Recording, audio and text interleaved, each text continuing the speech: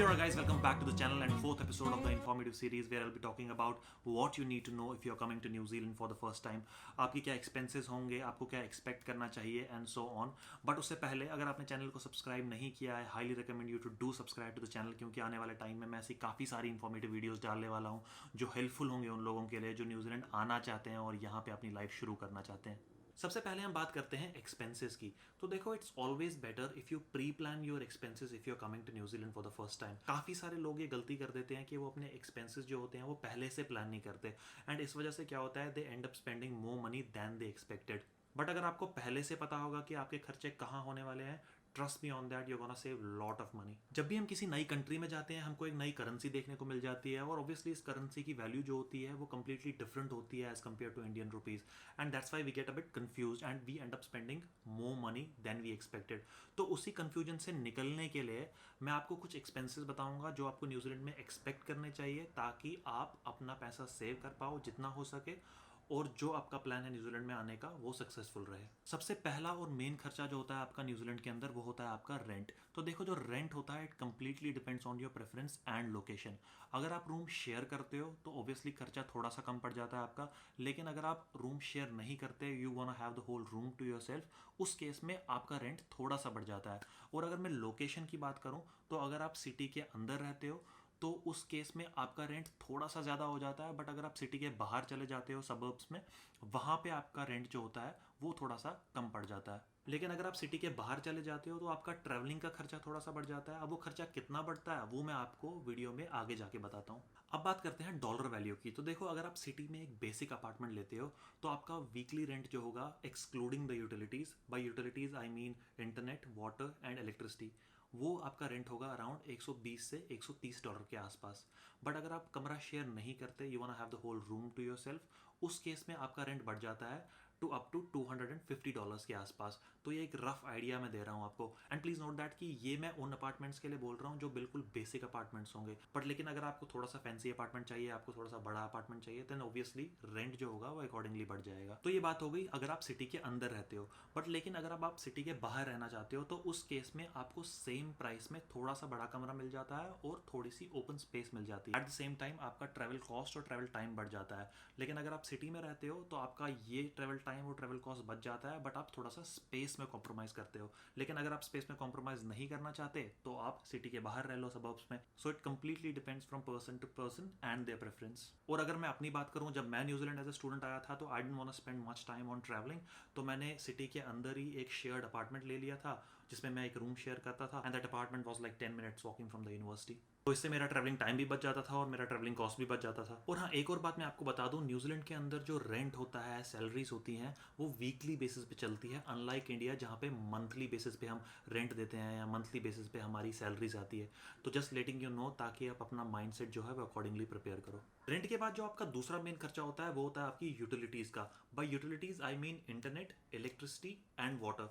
तो देखो, न्यूजीलैंड में जो इलेक्ट्रिसिटी, वाटर और इंटरनेट का बिल होता है वो मंथली आता है. लेकिन अगर हम थोड़ी सी गणित करें और इसको वीकली बेसिस पे स्प्लिट करें, और अगर आप एक घर 3 या 4 लोगों के साथ शेयर करते हो तो आपका वीकली यूटिलिटीज़ का खर्चा अराउंड $30 के आसपास आ जाएगा. अब अगर हम रेंट और यूटिलिटीज़ मिला के बात करें तो अगर आप रूम शेयर करते हो तो 150 से $160 के आसपास आपका खर्चा आ जाएगा. लेकिन अगर आप शेयर रूम नहीं करना चाहते तो आपका खर्चा अराउंड 280 से $290 के आसपास आ जाएगा. अगेन रिमाइंडिंग यू, ये अमाउंट मैं आपको वीकली बता रहा हूँ, इसको मंथली मत समझ लेना. इतना सस्ता होता तो मैं 2 घर ले लेता रेंट पे, एक सिटी में एक सबर्ब में. तीसरा मेन खर्चा आ जाता है आपकी ट्रैवलिंग का. तो देखो, जैसा कि मैंने आपको वीडियो की शुरुआत में बताया, अगर आप सिटी के बाहर रहते हो और आपकी यूनिवर्सिटी सिटी में है या आप सिटी के अंदर काम करते हो तो उस केस में आपका ट्रैवलिंग का खर्चा थोड़ा सा बढ़ जाता है. और अब ये ट्रैवलिंग का खर्चा आप थोड़ा सा कम कैसे कर सकते हो वो मैं आपको बताता हूँ. न्यूजीलैंड में ऑकलैंड के अंदर स्पेशली लोग 80 हॉप कार्ड का इस्तेमाल करते हैं पब्लिक ट्रांसपोर्ट में ट्रैवल करने के लिए. जो 80 हॉप कार्ड होता है इसका इस्तेमाल आप बसेस में कर सकते हो, ट्रेन में कर सकते हो, फेरीज में कर सकते हो. और जो 80 हॉप कार्ड होता है ये एक सिंपल प्रीपेड सिम कार्ड की तरह होता है इंडिया में. जैसे कि आप इंडिया में एक सिम कार्ड रिचार्ज कराते हो और आपको टॉक टाइम मिलता है, उसी तरीके से आप यहाँ पे 80 हॉप कार्ड रिचार्ज कराते हो और आपको ट्रैवल टाइम मिल जाता है. और मज़े की बात यह है कि इस हॉप कार्ड पे आपको स्टूडेंट डिस्काउंट भी मिलता है. तो अगर आप एक यूनिवर्सिटी के स्टूडेंट हो और अगर आपके पास एक स्टूडेंट आईडी है तो आपको इस 80 हॉप हॉप कार्ड पे अच्छा खासा डिस्काउंट मिल जाता है। और अगर आप डॉलर वैल्यू की बात करें तो अगर आप अपनी यूनिवर्सिटी से या जहाँ पे भी आप काम करते हो वहाँ से 7 से 8 किलोमीटर के रडार में रहते हो तो अराउंड $4 से $4.5 का खर्चा आपका आन जान पड़ जाएगा अगर आप 80 हॉप कार्ड का इस्तेमाल करते हो with student discount on it. So make sure जब आप न्यूजीलैंड में आओ तो 80 हॉप कार्ड के लिए ज़रूर अप्लाई करो, और अप्लाई करने के टाइम अपनी स्टूडेंट आईडी भी उनको दिखाओ ताकि वो 80 हॉप कार्ड वो आपके स्टूडेंट आईडी के साथ रजिस्टर करें and you can enjoy the student discount as well. Travelling के बाद जो आपका चौथा मेन खर्चा होता है वो होता है आपके खाने पीने का और ग्रोसरीज का। तो देखो न्यूजीलैंड के अंदर काफ़ी सारे सुपरमार्केट्स हैं जैसे कि काउंटडाउन हो गया, पैक एंड सेव हो गया, जहाँ पे आपको सस्ते में ग्रोसरीज मिल जाती है।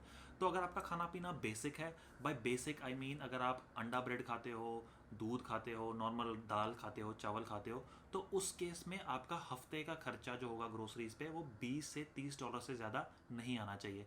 लेकिन अगर आपके थोड़े से नखरे हैं, फॉर एग्जांपल आप केज्ड एग्स नहीं फ्री रेंज एग्स खाओगे, आप नॉर्मल दूध नहीं लैक्टोज फ्री दूध पियोगे, आप ये ब्रेड नहीं फलाना ढिमकाना ब्रेड खाओगे, तो उस केस में आपका खर्चा $20 नहीं $100 भी जा सकता है। तो it completely depends on you. लेकिन अगर मैं अपनी बात करूं, जब मैं स्टूडेंट था तो तब मेरा खाना पीना जो था वो बिल्कुल बेसिक था और मेरे ग्रोसरीज का खर्चा हफ्ते का अराउंड $20 से $30 के आसपास आ जाता था। हाँ, मेक श्योर कि आपको बेसिक कुकिंग आती हो, अदरवाइज अगर आप बाहर से खाना मंगाओगे तो सस्ती से सस्ती जगह पे भी $10 से नीचे तो आपको कुछ नहीं मिलेगा।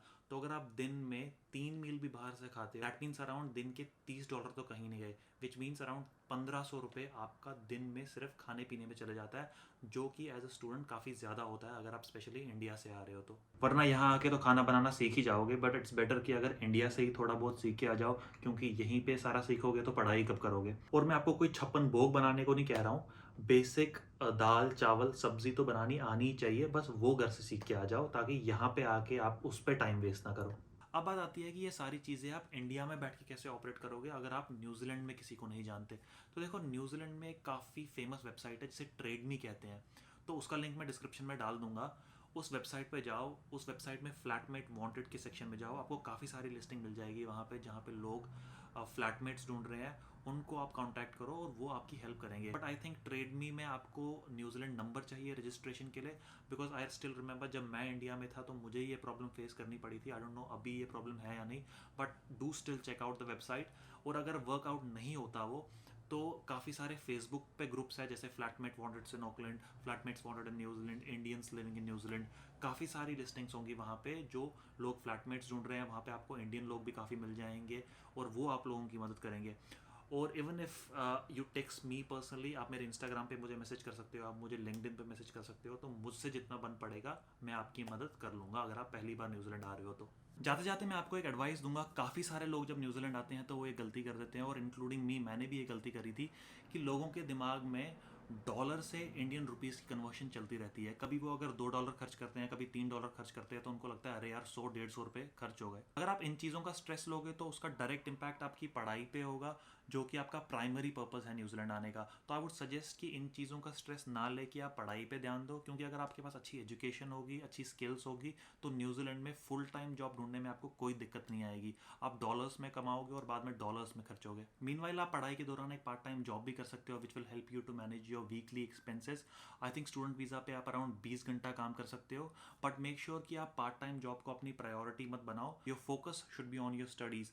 पार्ट टाइम जॉब आपकी स्टडीज़ पे कोई इम्पैक्ट नहीं करना चाहिए, क्योंकि मैंने काफ़ी सारे स्टूडेंट्स देखे हैं यहाँ पे जो पार्ट टाइम जॉब पर ही फोकस करते हैं एंड देन वो अपनी पढ़ाई कंप्लीटली भूल जाते हैं।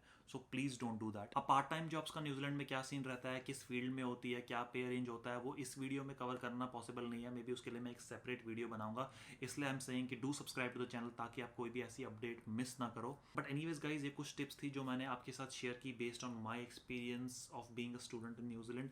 अगर वीडियो पसंद आया तो please do like the video, अपने दोस्तों के साथ शेयर करो जो न्यूजीलैंड आना चाहते हैं, and do subscribe to the channel guys. Thank you so much for watching this video.